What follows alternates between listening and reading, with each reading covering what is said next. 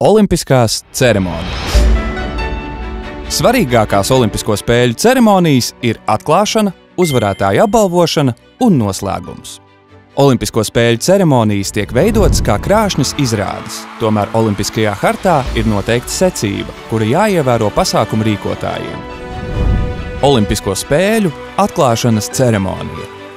Olimpisko spēļu atklāšanas galvenās sastāvdaļas – valstu delegāciju parādi. To tradicionāli ievada Olimpisko spēļu dzimtenes Grieķijas delegācija. Citu valstu pārstāvji seko rīkotāju valsts alfabēta secībā, bet parādi noslēdz spēļu rīkotāju valsts komanda. Olimpisko spēļu atklāšanas ceremonija tradicionāli notiek spēļu galvenajā stadionā. Latvijas delegācija Olimpiskajās spēlēs pirmo reizi piedalījās 1924. gadā. Pirms katrām spēlēm tiek izvēlēts sportists, kurš būs Latvijas komandas karognesējs.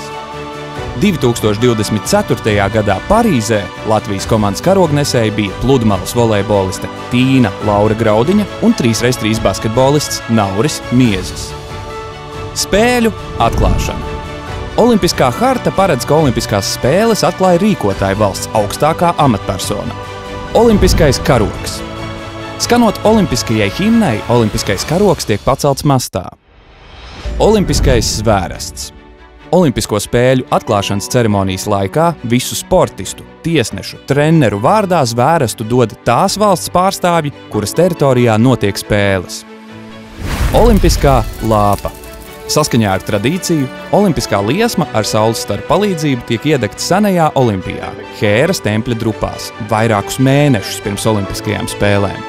Uz spēļu atklāšanas ceremonijas norises vietu olimpisko liesmu stafetes veidā atnes lāpneši. Olimpiskās lāpas stafetes kulminācija ir tās noslēdzošais posms, kad spēļu galvenajā arēnā tiek iedegta lielā lāpa, kas simboliski iezīmē spēļu sākumu un deg visu spēļu laiku. 2024. gads. Parīze, Francija. Olimpisko spēļu noslēguma ceremonija.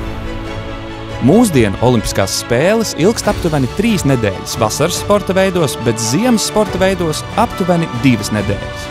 Olimpisko spēļu noslēguma ceremonijas galvenās sastāvdaļas – karogu parādi. Spēļu noslēguma ceremonijas sākumā stadionā tiek ienesti visu dalību valstu karogi. Grieķijas karogs tiek ienests kā pirmais, tad pārējo valstu karogi līdzīgi kā atklāšanas ceremonijā. Dalībnieku parādi. Saskaņā ar tradīciju, kas aizsākās Melburnas spēlēs 1956. gadā, sportisti parādē soļo visi kopā kā vienota olimpiskā saime, nevis savu valstu delegāciju sastāvā. Skanot olimpiskajai himnai, tiek nolaists olimpiskais karogs.